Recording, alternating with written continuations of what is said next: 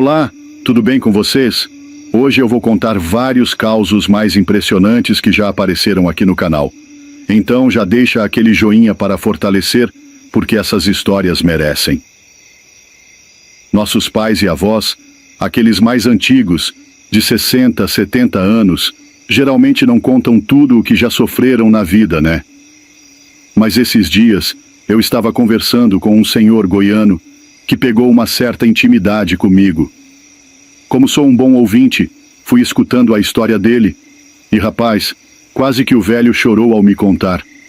Eu pensei, moço, esse caso eu vou guardar bem na minha memória para contar no canal, porque é uma história linda. Tudo aconteceu numa fazenda chamada Santa Edelfonso, em Novo São Joaquim, aqui no Mato Grosso. Essa fazenda já é bem antiga e hoje em dia virou um assentamento. O antigo dono faleceu e os filhos não souberam administrar uma propriedade tão grande. Então, o INCRA dividiu a terra em lotes de 7 alqueires, beneficiando muitas famílias. Mas a história que eu vou contar aconteceu há uns 60 e poucos anos, naquele tempo bem diferente de hoje. Se a gente voltar 50, 60 anos no tempo, dá para imaginar como era a vida. Televisão mal existia, só nas capitais, e mesmo o rádio já era um luxo. A fazenda era enorme, tinha quase 20 mil hectares. O dono era um homem muito rico, com vários empreendimentos no Rio de Janeiro, e mal aparecia por lá. Naquela época existia uma figura chamada o Gato. O Gato era um caboclo que percorria comunidades e povoados, recrutando trabalhadores para as fazendas. Ele contratava gente para derrubar mata no machado, tocar roça, cuidar do gado e construir cercas. Na fazenda Santa Edelfonso, o Gato se chamava Robertinho. Caboclo sem vergonha e safado, mas naquele tempo não tinha jeito, né? O Gato sempre levava a melhor. Certo dia, Robertinho pegou uma caminhonete com carroceria de madeira e saiu pela região recrutando trabalhadores. Quando o povo via aquela caminhonete chegando, já sabia que era dia de arrumar serviço. Naquele tempo, o entra e sai de trabalhadores na fazenda era grande. Na frente de um bar, umas 15 pessoas esperavam a chegada da caminhonete, já sabendo que ela passaria por ali. Entre eles, estava um caboclo forte, chamado Zito, e sua esposa, segurando um menino de 2 anos no colo. Esse menino era o goiano da história, aquele com quem conversei. Zito subiu na caminhonete junto com os outros homens e foi levado para a fazenda. Lá, cada um tinha que construir sua própria casa de pau a pique e tocar sua roça. O acordo era o seguinte: quem trabalhava na terra da fazenda ficava com metade da produção, e a outra metade ia para o fazendeiro. Além disso, quando precisassem de um serviço, o trabalhador tinha que estar à disposição para derrubar mata, cuidar do gado ou construir cercas. Zito era um caboclo forte e habilidoso no machado. Ele derrubava aroeira, vinhático e outras madeiras de lei para fazer cercas. O fazendeiro nunca pagava o serviço à vista, sempre empurrando a dívida com a barriga. Zito foi levando, trabalhando, plantando sua roça e sustentando sua família. Depois de 1 ano e meio na fazenda, ele conseguiu juntar um dinheirinho e encontrou uma terrinha para comprar na região de General Carneiro. Sabendo que o fazendeiro lhe devia uma boa quantia pelos serviços prestados, ele resolveu pedir o pagamento. Foi falar com o Gato Robertinho. Preciso acertar as contas. Quero sair da fazenda. Arrumei um pedaço de terra para comprar e preciso do dinheiro. Será que o patrão está por aqui? Robertinho respondeu. Vou até a sede conversar com ele. Aguarde aqui. O Gato foi até a casa grande do fazendeiro e só voltou 2 dias depois. O patrão está lá e quer falar com você, disse ele. Zito ficou feliz, montou em sua mula e foi até a sede. Quando chegou, encontrou o fazendeiro sentado em uma varanda enorme e bonita, cercado por alguns peões armados de espingarda. O fazendeiro o recebeu com um sorriso. Rapaz, ouvi dizer que você quer sair da fazenda. Robertinho me contou que você é dos melhores caboclos que já passaram por aqui, um artista no machado. Foi você quem cortou os mourões para a cerca, não foi? Mas me diga, por que quer sair? Zito respondeu com respeito. Agradeço muito o tempo que passei aqui, mas encontrei uma terra para comprar e preciso do dinheiro do serviço que fiz. O fazendeiro fingiu boa vontade e chamou um empregado. Vai buscar a mala do dinheiro. O rapaz trouxe uma mala cheia de notas e entregou para Zito. Ele agradeceu, montou na mula e partiu contente, sem imaginar que a tragédia estava à espreita. Assim que Zito se afastou, o fazendeiro olhou para um de seus capangas e deu um pequeno sinal com a cabeça. O homem saiu sorrateiro pela mata e ficou esperando no caminho. Quando Zito passou, o capanga atirou nele pelas costas. Zito caiu morto e o assassino pegou a mala com o dinheiro. Depois, como já era costume, jogaram o corpo, a mula e tudo o mais num poço profundo do rio. Dizem que até hoje aparecem ossos humanos naquele lugar, que ficou conhecido como um rio assombrado. Enquanto isso, a esposa de Zito esperava por ele na fazenda. Os dias passaram e nada do marido voltar. Desconfiada, ela começou a perguntar, mas ninguém sabia de nada. Depois de 15 dias, percebeu que algo estava errado. Com medo, pegou o filho pequeno no colo e fugiu. Caminhou por estradinhas de terra, entrou em uma carroça e desapareceu no mundo. O tempo passou, e aquele menino, o goiano da história, cresceu. Quando fez 15 anos, já era um homem feito. Pouco antes de falecer, sua mãe contou toda a verdade sobre o pai. Não tinha mais ninguém aparente, né? E o goianinho vivia pelo mundo afora, procurando esse tal de Robertinho. Ele tinha medo de ir diretamente na fazenda e acabar morrendo por lá, sem conseguir vingar o pai. Então, ficava entrando de canto em canto, indo nas comunidades, perguntando, tentando descobrir se o Robertinho ainda estava por ali recrutando gente para trabalhar. Até que um dia, rapaz, ele encontrou o Robertinho. E aí você pode me perguntar, mas moço, como que esse goianinho, com 15 anos de idade, que nunca tinha visto o tal do Robertinho na vida, ia saber que era ele? Afinal, o pai dele morreu quando ele tinha só 3 anos. Mas acontece que a mãe dele descreveu direitinho as características do homem. Ela disse que o tal do Robertinho era cego de um olho, tinha uma cicatriz na bochecha e não tinha o dedo indicador da mão direita. Você já viu outra pessoa com essas mesmas características? Não tem jeito, né? Aí, quando ele viu de longe aquele homem encostado na caminhonete, com um monte de gente ao redor pedindo serviço, ele teve certeza. O goianinho chegou por trás dele e gritou: Rapaz, quero serviço.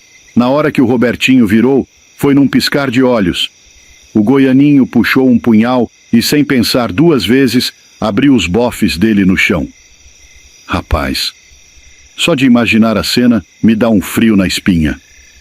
Diz ele que, quando viu o Robertinho caído, ainda segurando a buchada com as mãos, tentando desesperado colocar de volta para dentro do corpo, sentiu uma coisa estranha, um misto de alívio e desespero. Porque por mais que quisesse vingança, nunca tinha matado ninguém na vida. E aí, o que ele fez? Saiu correndo pelo mundo, sumiu na poeira e seguiu sua vida. Agora eu te pergunto, isso é verdade ou não? Rapaz, eu vou te falar, se esse homem for um contador de causos, é dos melhores que já vi.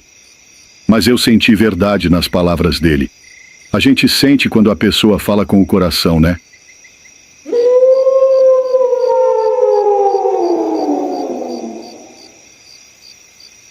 Conheci um velho chamado Seu Rubi, um homem incrível, dono de uma chacrinha linda lá para os lados de Tesouro, perto de Guiratinga, no Mato Grosso. O lugar era ajeitado que só.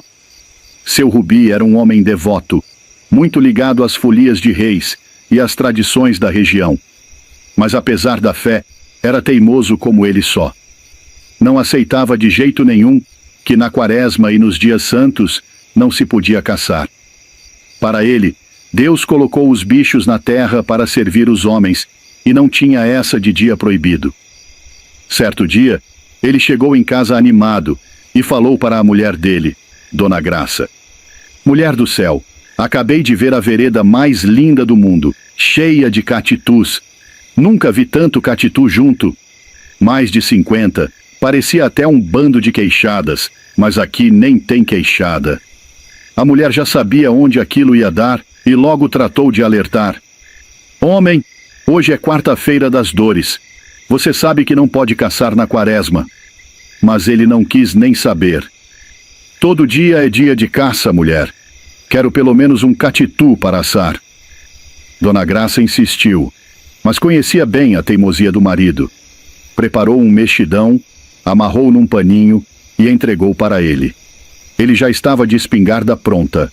Montou no cavalo e seguiu mata adentro com os cachorros. Só que, no meio do caminho, algo estranho aconteceu. Era um lugar perto, mas ele andava e não chegava. Os cachorros sumiram na frente, e ele começou a notar que o terreno parecia diferente. Parou o cavalo, olhou para os lados e não reconheceu nada. Pensou logo: Ué, conheço esse mato como a palma da minha mão. Como é que agora está tudo estranho? Começou a desconfiar que era coisa da quaresma, mas teimoso insistiu. Decidiu mudar o rumo. Procurou um bambuzal que conhecia bem, mas só via mais mato e mais mato. O desconforto aumentava. Foi quando teve uma ideia. Soltou a rédea do cavalo e decidiu deixar o bicho seguir sozinho. O cavalo andou. Passou por varjão, cerrado, brejo. Mas nada de chegar em lugar nenhum. Ele achou que até o cavalo estava perdido.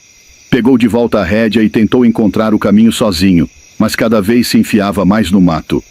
Desceu do cavalo, rezou e nada. Nem uma oração completa ele conseguia lembrar. Montou de novo e decidiu confiar no cavalo. O bicho seguiu e, sem que ele percebesse, foi levando ele de volta para casa.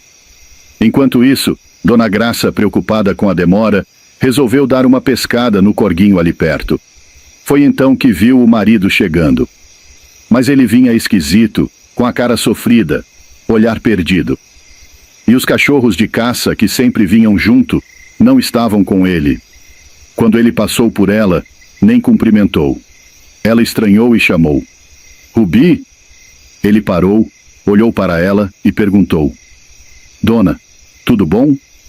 Ela estranhou mais ainda. Rubi, sou eu, sua mulher. Desce do cavalo. Ele desceu meio confuso, só quando ela pegou no braço dele é que ele pareceu acordar. Os olhos voltaram ao normal e ele perguntou assustado: Mulher, o que aconteceu? Eu me perdi no mato. Só agora estou acordando. Ela levou ele para dentro, deu água, café e logo depois os cachorros chegaram. Só que eles ficaram inquietos, correndo para um canto do terreiro onde tinham uns paus empilhados. Seu Rubi, ainda assustado, pensou que podia ter algum bicho ali e quis ir ver. Dona Graça tentou segurar ele. Não mexe com isso, marido. Isso é coisa ruim. Ele insistiu e ela, com medo de deixar ele ir sozinho, foi junto. Chegaram perto e viram os cachorros rodeando os paus, farejando de um lado para o outro, mas não tinha nada visível ali. A mulher olhou para ele e disse: Tá vendo? Isso não é bicho, isso é coisa ruim. Vamos embora daqui. Ele obedeceu, tirou os cachorros dali e voltou para casa. Quando contou tudo para a mulher, ela só confirmou: Eu te disse. Agora aprendeu? Aprendeu mesmo. Depois daquele dia, seu Rubi nunca mais caçou na quaresma. Nunca mais mexeu com o mato nesses tempos sagrados. E eu digo, o tempo de quaresma tem que ser respeitado. Conheço muita gente que já passou por coisa parecida. E não duvido de nada. E é isso, meus amigos. Um forte abraço para vocês. Espero que tenham gostado da história.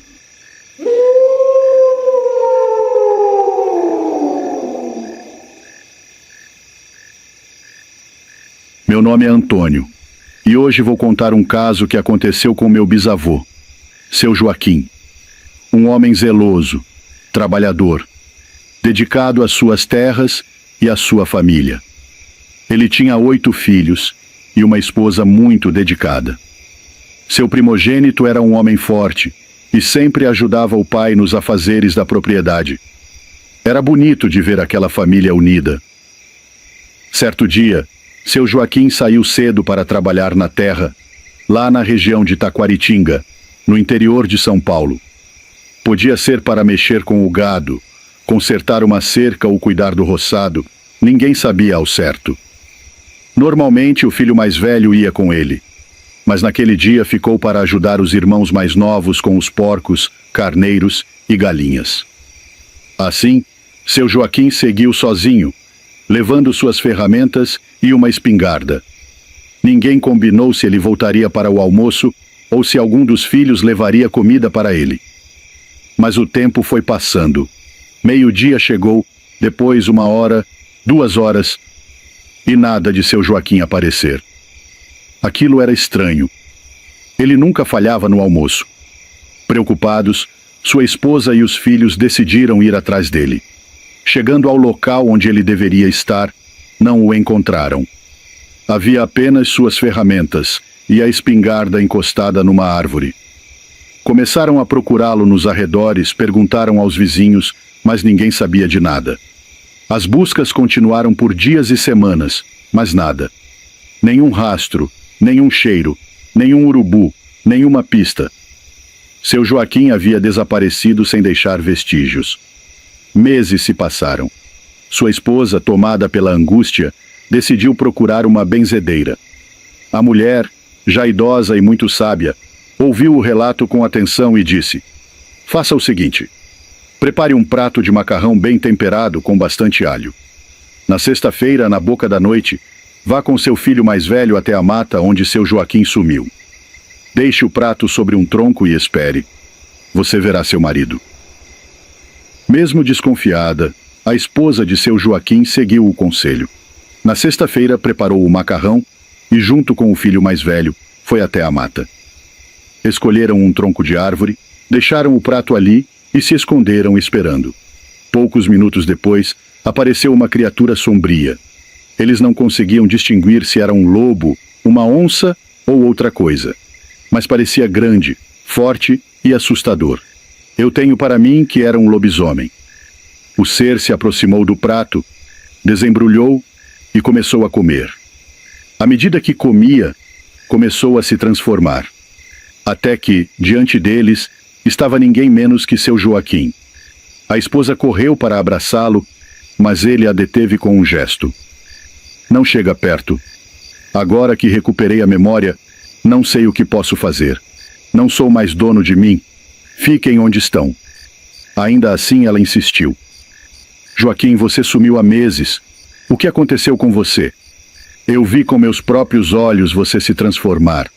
Me diga o que houve."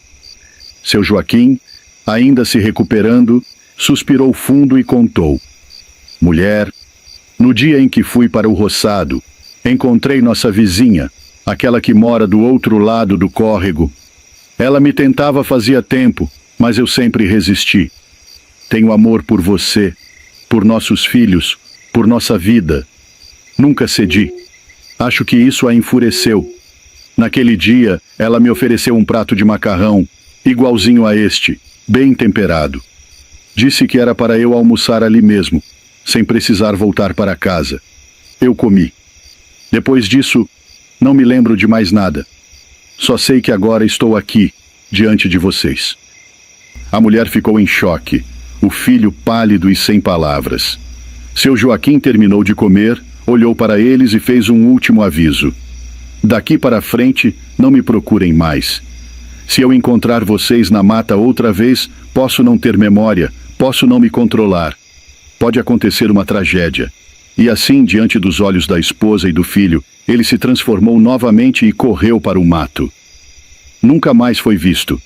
O povo diz que era lobisomem, que a vizinha fez um feitiço para amaldiçoá-lo. A verdade ninguém sabe ao certo. Mas minha bisavó e minha avó juravam de pé junto que essa história era real, e eu acredito. Por que alguém inventaria algo assim? Esse é o caos do meu bisavô, seu Joaquim. Triste e assustador.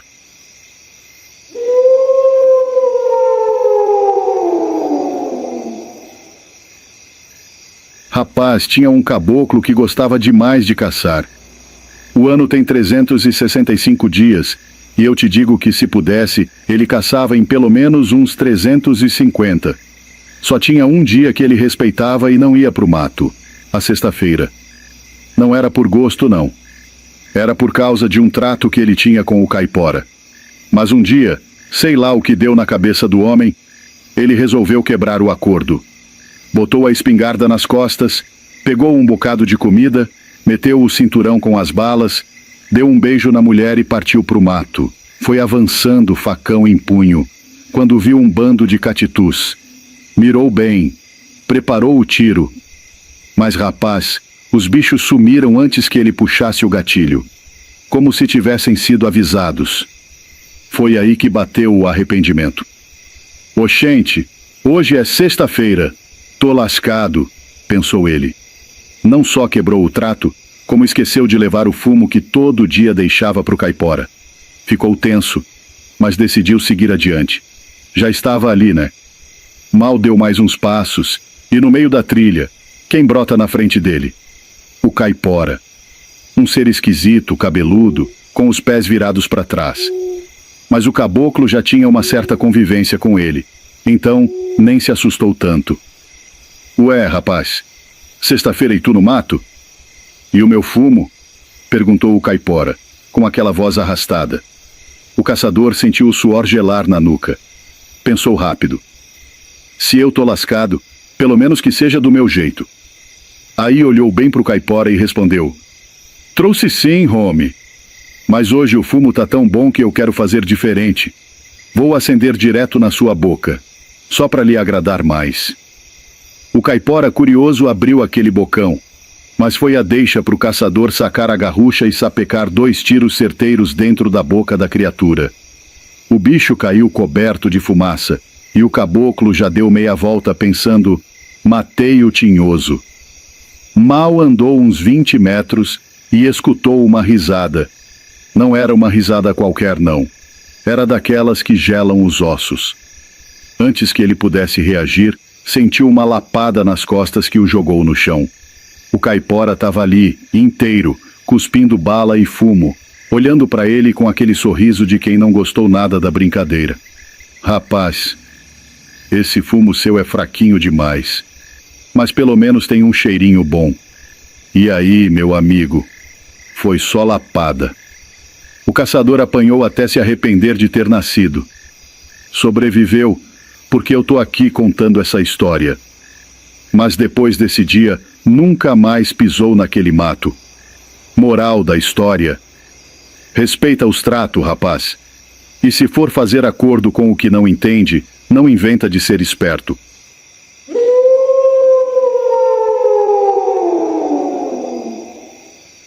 Essa é a história de uma mulher que vivia perto do córrego, uma conhecida da minha mãe. Seu nome se perdeu com o tempo, mas a lenda sobre ela continua viva. Ela fazia farinha para vender e também comercializava outros produtos, mas tinha um hábito estranho. Nunca pesava ou media corretamente o que vendia. Sempre enganava os fregueses, garantindo que a medida estava certa, quando na verdade estava errada.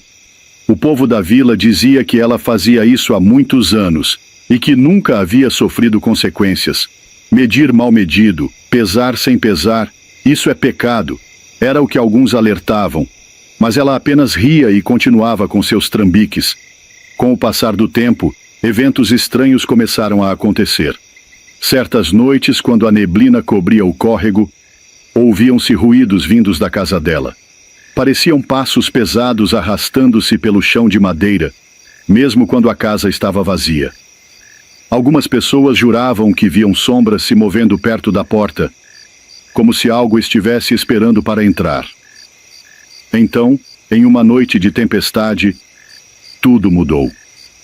A mulher foi vista pela última vez caminhando em direção ao córrego com um saco de farinha. Alguns disseram que ela parecia estar conversando sozinha, murmurando palavras incompreensíveis. Outros contaram que viram um homem vestido de preto, montado em um cavalo esquelético, observando-a de longe. Naquela noite, ouviu-se um estrondo ensurdecedor, como se o céu tivesse rachado ao meio. Um grito ecoou pela vila, tão agudo e prolongado que fez os cachorros uivarem. Quando os moradores foram verificar, encontraram a casa dela vazia. A porta escancarada balançava ao vento, e dentro não havia sinal dela, apenas a balança onde pesava seus produtos, agora rachada ao meio. Alguns dizem que ela foi levada pelo Cavaleiro Sombrio, como punição por anos de enganação. Outros acreditam que ela simplesmente desapareceu, tragada pelo próprio pecado.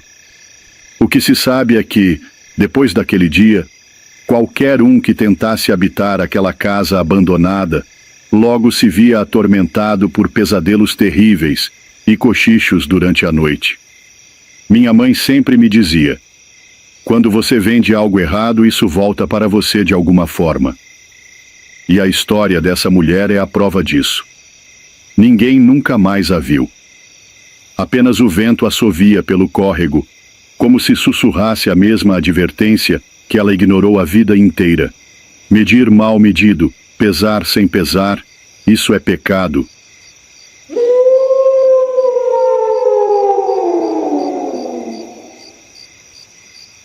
Hoje eu trago um causo daqueles para conscientizar o povo da cidade, rapaz. Tem gente que duvida do folclore, das lendas, dos mitos, dos benzimentos, das coisas da roça. Mas quem é da roça já viveu, viu e passou por muita coisa. Meu pai contava que tinha um fazendeiro que estava enfrentando um problema sério. A fazenda dele estava infestada de cobras. Era cobra para todo lado. Dentro de casa, no chiqueiro, no galinheiro, no curral. E não eram cobrinhas qualquer não, eram venenosas, perigosas. O fazendeiro, desesperado, chamou um de seus funcionários e mandou que ele fosse até outra fazenda, a 50 léguas dali, procurar um benzedor famoso. O rapaz pegou o cavalo e partiu. Quando chegou lá, explicou a situação, e o benzedor disse que naquela semana não podia ir, mas na próxima estaria lá. Dito e feito. Na semana seguinte, o benzedor apareceu na fazenda, a pé, sem nem uma montaria. O fazendeiro o recebeu com respeito, mas naquela mesma noite havia visitas na casa. A filha do fazendeiro, que estudava na cidade grande, tinha vindo com uns amigos da faculdade para passar uns dias. Quando o benzedor chegou, o pessoal da cidade olhou para ele com desdém, rindo baixinho da simplicidade do homem. Camisa velha, botina gasta, cigarrinho de palha na boca. Mas ele não ligou. O fazendeiro disse que ele poderia descansar ali naquela noite e no amanhecer começaria os trabalhos. Enquanto isso, a filha do fazendeiro e seus amigos ficaram conversando na varanda e, curiosos, perguntaram ao fazendeiro quem era aquele velho. Quando souberam que ele estava lá para benzer a fazenda contra cobras, caíram na gargalhada. Disseram que isso era bobagem, que não existia, que ele devia era estar com veneno ou tacando fogo no mato. O fazendeiro, paciente, apenas disse que cada um tem sua crença. Na manhã seguinte, o benzedor levantou cedo e tomou café com o fazendeiro. Disse que ia esperar todo mundo acordar porque queria mostrar algo. Quando deu 8 horas, chamou todos para a porta do fundo da casa e começou a benzer. Mas os amigos da filha do fazendeiro continuavam cochichando, rindo, desacreditando. O benzedor parou, olhou para o fazendeiro e disse: "Não vai dar para continuar. Tem gente aqui com energia muito negativa, duvidando demais." O fazendeiro pediu para ele continuar e não ligar para isso. Mas os rapazes da cidade continuaram rindo. O benzedor então chamou um dos mais debochados e disse: "Vem aqui, rapaz. Quero te mostrar uma coisa." O jovem foi de peito estufado, achando que era valentão. O benzedor olhou bem para ele e falou: "Fica parado, não cruza os braços, não bota a mão no bolso. Agora eu vou rezar." E começou a oração. Poucos minutos depois, começaram a surgir cobras de todos os lados. Muitas cobras. Escorpiões, aranhas, tudo se aproximando e rodeando o rapaz. O coitado tremia sem conseguir se mexer. O pessoal da cidade que estava na varanda começou a gritar. As meninas choravam, mas o benzedor apenas disse: "Não se apavorem, esses bichos não vão fazer mal a ninguém. Isso aqui é só para mostrar que o povo da roça tem saber, tem poder. Isso aqui é missão de Deus." Depois fez outra oração e as cobras começaram a ir embora, voltando para o mato. Passou o dia inteiro benzendo a fazenda, indo de ponta a ponta, e quando terminou, voltou para a sede e disse ao fazendeiro: "O trabalho está feito. Você sabe que não aceito dinheiro. Se quiser me dar comida, alguma coisa, aceito."